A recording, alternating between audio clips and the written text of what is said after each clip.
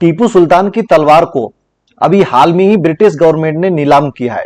140 करोड़ में British government ने टीपू सुल्तान की तलवार को नीलाम किया है और माना जा रहा है कि ये सबसे ज्यादा हाई रेट थे। इस टाइप के अस्त्र शस्त्र को इतने हाई रेट में नीलाम किया गया था। तो देखिए, समझते हैं यहाँ पर कि टीपू सुल्तान की तलवार ये आखिर ब्रिटिश में पहुंची कैसे, क्योंकि टीपू सुल्तान तो इंडिया के थे और इस तलवार को इंडियन गवर्नमेंट के पास होना चाहिए था, लेकिन ब्रिटिश में कैसे पहुंच गई, और ब्रिटिश में थी तभी ब्रिटिश गवर्नमेंट ने इसको नीलाम किया है। तो 140 करोड़ में नीलाम हुई है। देखिए, बात ये तब की है जब हमारे यहाँ पर अंग्रेजों ने शासन किया था। अंग्रेजों का जब उसमें शासन था तो टीपू सुल्तान से कई प्रकार की संधियां भी की गई, कई प्रकार के एग्रीमेंट भी किए गए थे। लेकिन जब टीपू सुल्तान यहाँ पर नहीं रहे थे तो फिर अंग्रेजों के द्वारा उनकी तलवार को ब्रिटेन में पहुंचा दिया गया था।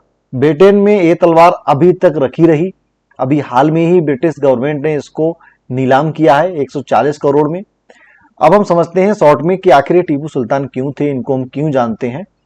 देखिए, टीपू सुल्तान का जो जन्म था वह 1750 में हुआ था और यह हैदर अली के पुत्र थे। ध्यान रखना, अगर क्वेश्चन आते हैं तो आप वो वहां पर आंसर दे पाएंगे कि ये हैदर अली के पुत्र थे।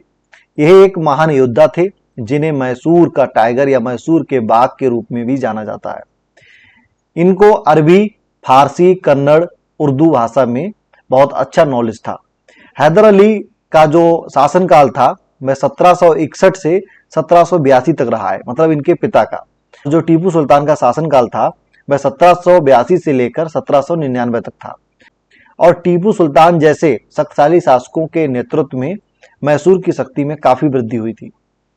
इसके अलावा टीपू सुल्तान ने अपने शासनकाल के दौरान कई प्रशासनिक नवाचारों, मतलब कई प्रकार के बदलाव किए।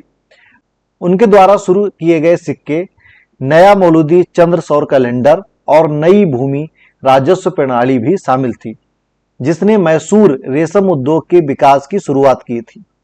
मतलब मैसूर रेशम उद्योग की विकास की जो शुरुआत थी वो टीपू सुल्तान के द्वारा कार्यों से ही की गई है।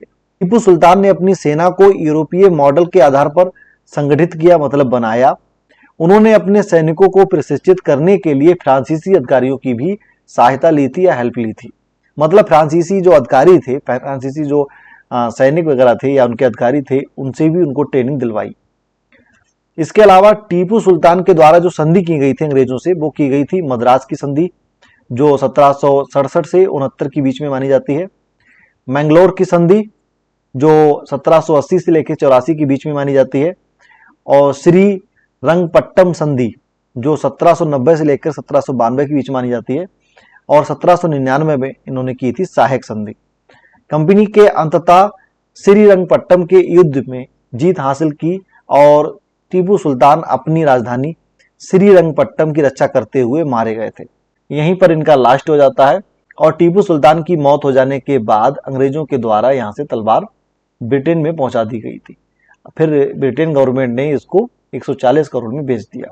तो टीपू सुल्तान के बारे में ये शॉर्ट स्टोरी थी, या कहें तो शॉर्ट नोट्स थे, जिसको आप समझ लेते हैं, इनकी संधियां याद कर लेते हैं और कुछ इनके पॉइंट हैं कि ये किसके पुत्र थे, इनको क्या क्या नॉलेज था, इनके द्वारा कौन कौन से अच्छे काम किए गए हैं या प्रशासनिक कार्य किए गए हैं, टीपू सुल्तान ने अपनी सेना को किस मॉडल के आधार पर संगठित किया था। ये सारी चीजें आप नोट कर सकते हैं, इनको याद करें तो आपके एग्जाम के लिए ज्यादा बेटर होगा।